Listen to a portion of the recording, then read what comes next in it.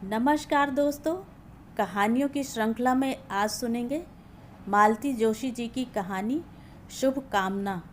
लेकिन उससे पहले मेरा आपसे विनम्र अनुरोध है कि अगर मेरे द्वारा सुनाई हुई कहानियाँ आपको अच्छी लगती हैं तो मेरे चैनल को सब्सक्राइब ज़रूर करें, लाइक करें और अपने दोस्तों और परिचितों में शेयर भी करें। बेल आइकन दबाना बिल्कुल भी ना भूलें। आज सुनिए शुभ कामना। जिस समय आखिरी मेहमान विदा हुए, रात के 11 बज रहे थे। निमंत्रण पत्र में समय सीमा न रखते हुए हमने सौजन्यवश लिख दिया था, आपके आगमन तक। जनता ने उसे शब्दशः मान लिया था। हॉल के खाली होते ही हमने श्रांत क्लांत जोड़े को मंच से उतारा, थोड़ा सा मुंह जुठारकर होटल भेज दिया। बच्चों ने होटल पैराडाइज में भैया भाभी के लिए एक बढ़िया सूट बुक करके रखा था। नौ दंपति से निपटकर मैंने अपने मेहमानों पर दृष्टि डाली। कुछ लोग तो घर जा चुके थे, पर 10-20 अब भी यहाँ वहाँ बिखरे हुए थे। इन्हें घर ले जाना एक समस्या थी। शादी के लिए हमने एक सूमो और एक मेटाडोर ले रखी थी। सूमो में तो फिर भी लोग बैठ जाते थे, पर जिसको भी मेटाडोर में बैठने को कहा उसका मुंह फूल जाता था। बेचारी मारुति मेहमानों को ढो ढो कर बेहाल हुई जा रही थी, पर वह भी इस समय दूल्हा दुल्हन की सेवा में थी। सुनो, ये एकाएक सामने आकर खड़े हो गए। मैं बहुत थक गया हूँ, मैं घर चलता हूँ। तुम लोग सब समेटकर सूमो से आ जाना। थके हुए तो वे वाकई लग रहे थे। 5-6 दिनों से घर की सारी व्यवस्था उलट पुलट हो गई थी। न ठीक से सो पा रहे थे, न खा पा रहे थे। बदपरहेजी के कारण बीमार पड़ गए थे। दवाइयाँ भी समय पर ले रहे थे या नहीं। एक तो बारात के साथ लखनऊ तक का सफ़र और फिर लौटकर रिसेप्शन की तैयारी। थकना तो स्वाभाविक ही था, पर गृह स्वामी ही चले जाएंगे तो यहाँ क्या होगा। मैं पसोपेश में थी कि ये पास आकर फुसफुसाए, थोड़ा समझने की कोशिश करो। मैं नहीं जाऊँगा तो मेटाडोर में कोई नहीं जाएगा, फिर आधी रात तक इन लोगों को ढोते रहना होगा। ना हो तो तुम चली जाओ, मैं रुक जाता हूँ। मेरा जाना तो किसी तरह संभव नहीं था। मैंने उन्हें अनुज्ञा दे दी। तय हुआ कि सोनल और राहुल मेरे साथ रहेंगे। फौरन इन्होंने चाची, ताई, बुआ, मौसी, मामी आदि को इकट्ठा किया और घर के लिए रवाना हो गए। मैंने राहत की सांस ली। मम्मा, मैं इतनी थक गई हूँ कि बस, सोनल ने कहा और स्टेज पर जाकर एक कुर्सी में धंस गई। वाह, क्या आरामदेह कुर्सी है। मम्मा, इस लड़की की चालाकी देखी? राहुल ने कहा। किस खूबी से आपको अपने मन की बात बता रही है।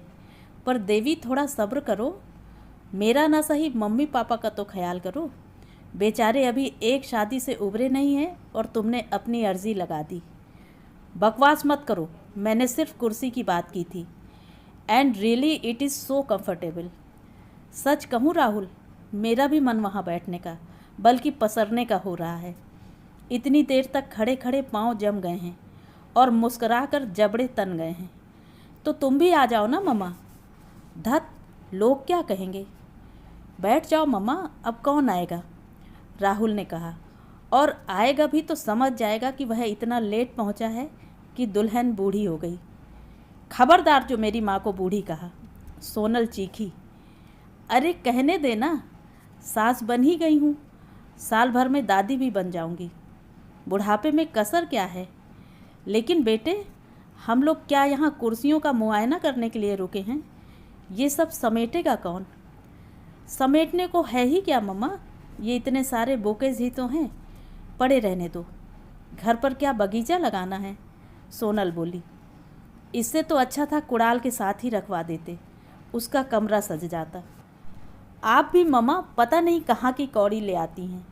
भैया का कमरा क्या इन फूलों का मोहताज है? वह तो ऑलरेडी महक रहा होगा। पता है, अकेले फ्लावर डेकोरेशन के 1,500 दिए हैं। 1,500? मेरी आंखें आश्चर्य से फैल गईं। प्लीज़ मम्मा, पापा को मत बताइएगा। It is on me, Rahul गिड़गिड़ाया। It is on we, Sonal चीखी।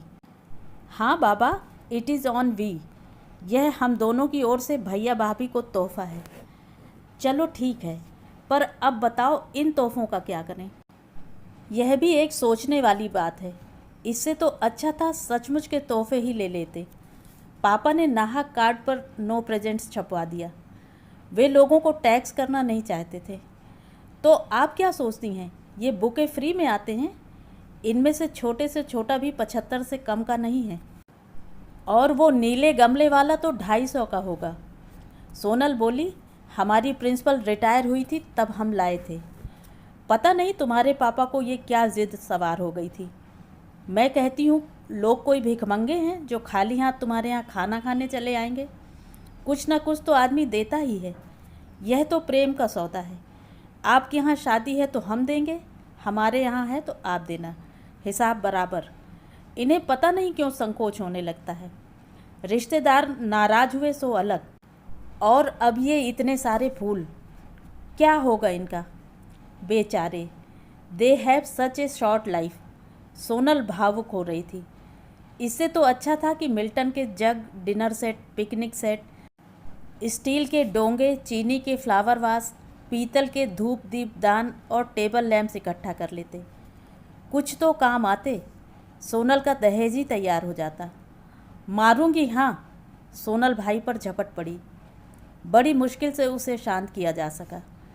अरे ये प्रेजेंट वाले आइटम दहेज में देंगे ना तो रोज़ हमारा उद्धार होगा। हम लोगों की जब शादी हुई थी ना तो पापा हाइडल प्रोजेक्ट पर थे।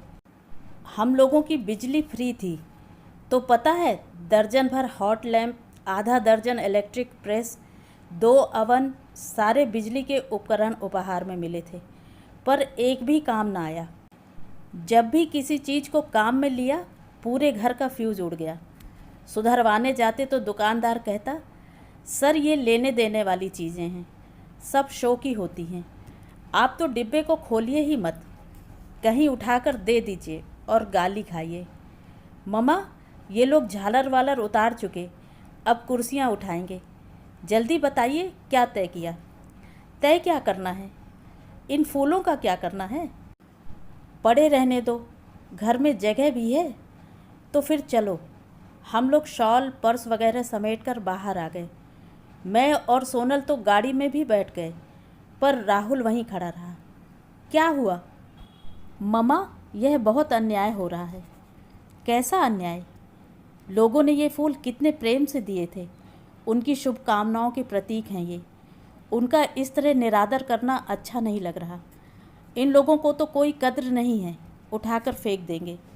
डोंट वरी, ये तो औने पौने दाम में उसी फ्लोरिस्ट को बेचकर पैसे खड़े कर लेंगे।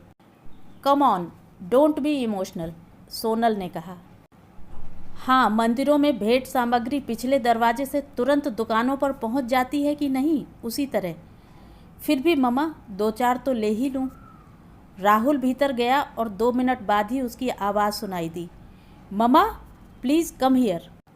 घबराकर हम दोनों माँ बेटी और ड्राइवर हॉल की ओर भागे। राहुल उन असंख्य फूलों के बीच बैठा हुआ था।